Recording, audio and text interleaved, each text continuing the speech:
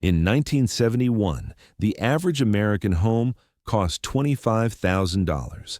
Today, it costs $400,000. Your grandfather could buy a house on a single income. With no college degree, you have two incomes, 2 degrees, and you still can't afford it. What changed? In 1971, Richard Nixon did something that changed money forever. He severed the dollar's connection to gold, and from that moment, money stopped being real. Where money, power, and history collide. And nothing is ever as simple as it looks. Today, everyone in the world is printing money. America printed $5 trillion. Europe printed trillions. Japan printed trillions. China printed trillions. Everyone is creating wealth. Everyone should be rich, right? But you feel poorer. Your salary went up, but you can't buy anything. You have savings, but they won't cover a house. You're working, but there's no progress. Because when money is printed, the ones who get it first become richer, and you're always last. Chapter 1. 1971. The moment money stopped being real.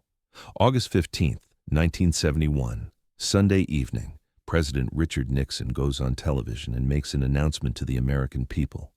The convertibility of the dollar into gold is temporarily suspended. Most people didn't understand what this meant, but it was one of the most important moments in modern financial history. Since 1944, the world had operated under the Bretton Woods system.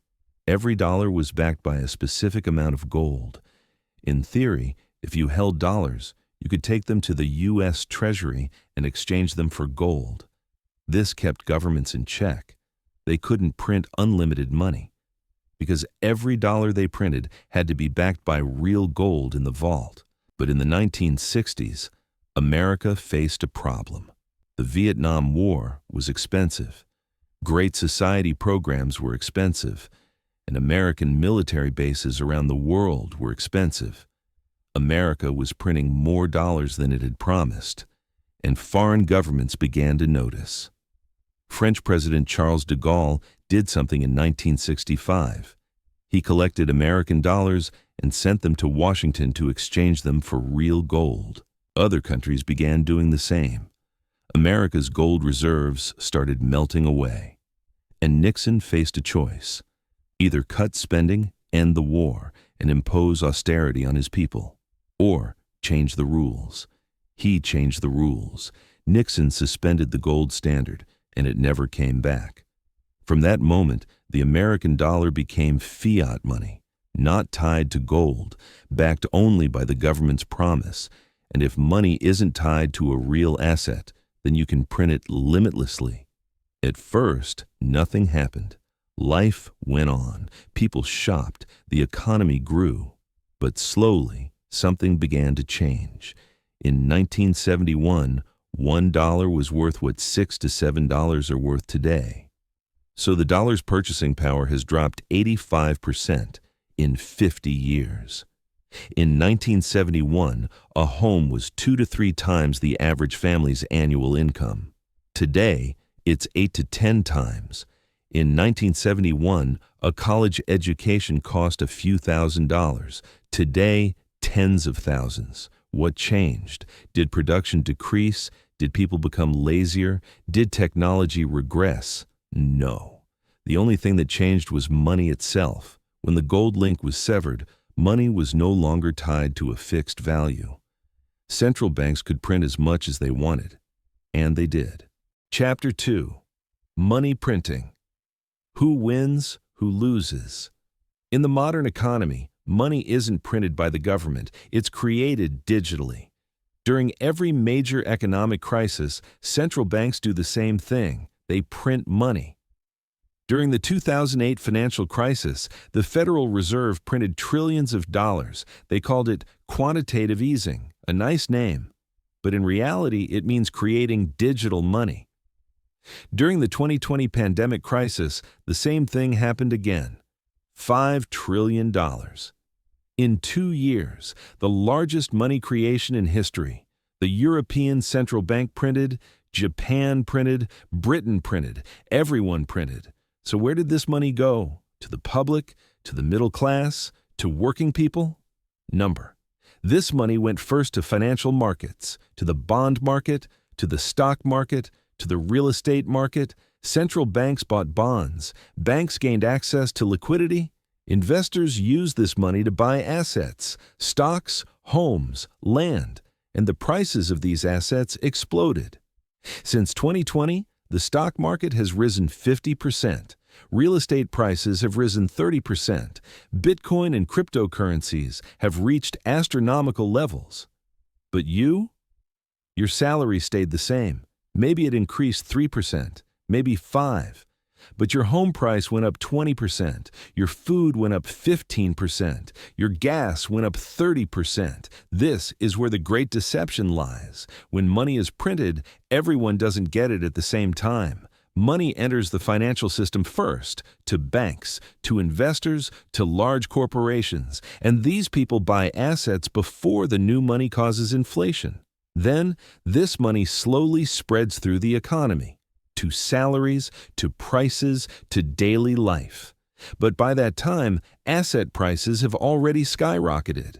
Economists call this the Cantillon effect. In the 18th century, an Irish economist named Richard Cantillon was the first to notice this. When new money enters the system, those who get it first win. Those who get it last lose. If you're a banker, an investor, an asset owner, you benefit from money printing. If you're a worker, a saver, a wage earner, you lose. Because the money you receive comes after inflation, and by then it's already devalued. This is why the rich get richer, the poor get poorer. When money is printed, asset owners win, cash holders lose. Chapter 3. Why can't you afford anything?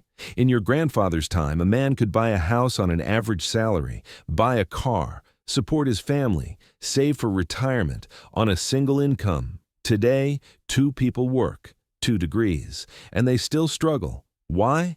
Because wages can't keep up with real inflation. Governments tell you inflation is 2 or 3%. But that's the official figure, the Consumer Price Index, CPI. But CPI doesn't reflect the real cost of living. CPI doesn't fully account for housing prices. It doesn't fully account for education costs. It doesn't fully account for healthcare expenses. Real inflation is much higher, and you feel it every day. Remember the house? In 1971, the average home price was $25,000. Today, $400,000. That's a 1,500% increase. Did wages increase at the same rate? No. The average wage in 1971 was $10,000. Today, it's around $50,000. So wages increased 5 times. But homes increased 16 times. Your grandfather's generation worked 2 to 3 years to buy a home. You need to work 8 to 10 years, and that's if you have 2 incomes.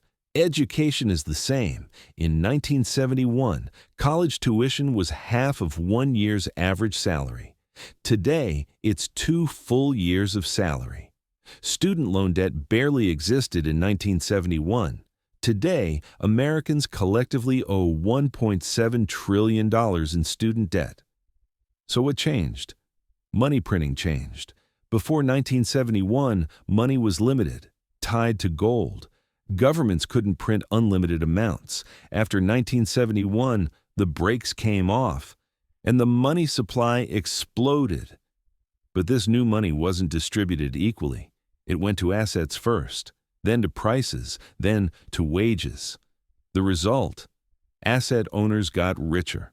Wage earners fell behind. Chapter 4. How do you protect yourself? So what does this mean for you? Because this isn't just macroeconomics. This is your future plans, your retirement, your family. First rule: don't hold cash. Cash erodes with inflation. Every year, your money's purchasing power drops. If you keep all your savings in a bank account, you're slowly getting poorer. Second rule: invest in assets. Assets gain value when money is printed: real estate, stocks, commodities, gold. These are tools that protect against inflation.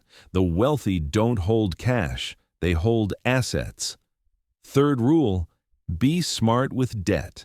Debt isn't bad if used correctly. If you're buying a home, if you're getting a fixed-rate mortgage, inflation works in your favor because your debt remains nominally fixed. But the value of money drops, so over time, debt becomes easier to pay off. Fourth rule, educate yourself. Most people don't understand the money system. They don't know what inflation is. They don't know how central banks work. And that's why they become victims of the system. Knowledge is power. And what you learned in this video won't keep you out of the game, but at least you'll see how the game is played. Fifth rule, be a producer, not just a consumer. Being dependent on a salary makes you vulnerable because salaries don't keep up with inflation. But if you have a skill, a business, a side income, you have control. History shows us that in economic crises, those who survive are those who create real value. Skills, services, products.